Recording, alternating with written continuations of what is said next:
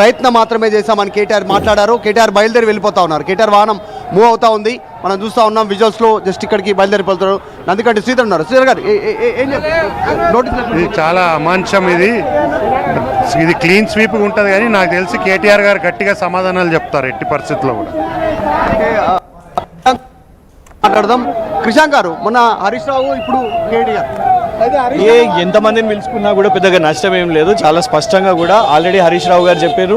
కేటీఆర్ గారు కూడా వెళ్ళి ఉల్టా మేము ప్రశ్నలు అడుగుతాం, ఏమైంది బొగ్గు కుంభకోణం గురించి ఎప్పుడు చేస్తారు విచారణ.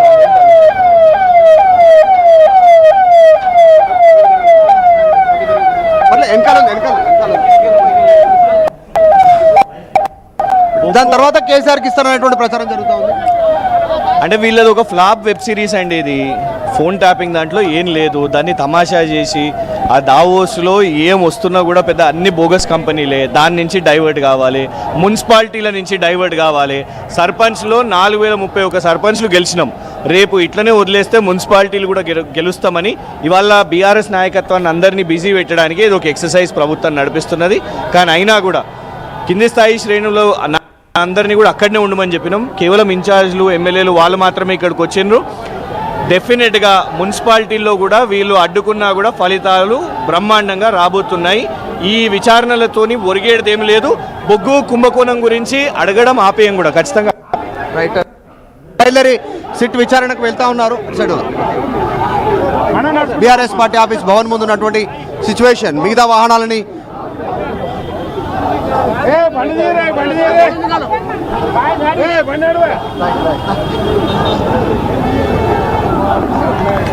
అదే తెలంగాణ భవన్ నగర్ సిచ్యువేషన్. భారీ స్థాయిలో నాయకులు చేరుకున్నారు, కార్యకర్తలు చేరుకున్నారు.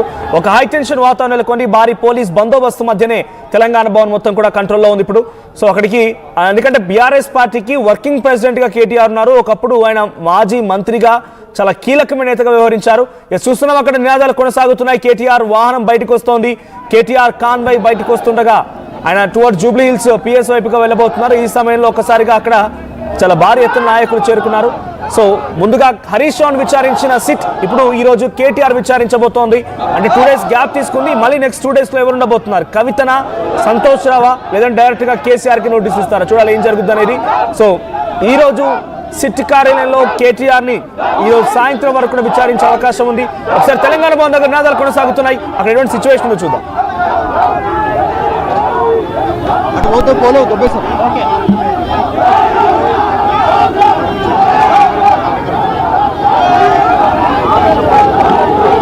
బీఆర్ఎస్ పార్టీ ఆఫీస్ దగ్గర ఆందోళన కొనసాగుతుంది.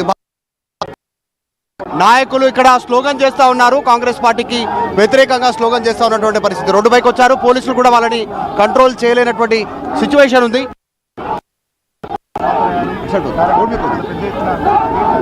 లెఫ్ట్ వెళ్ళిపో. సో పోలీసులు కార్యకర్తలు లెఫ్ట్ వెళ్ళిపో. రోడ్డు మీద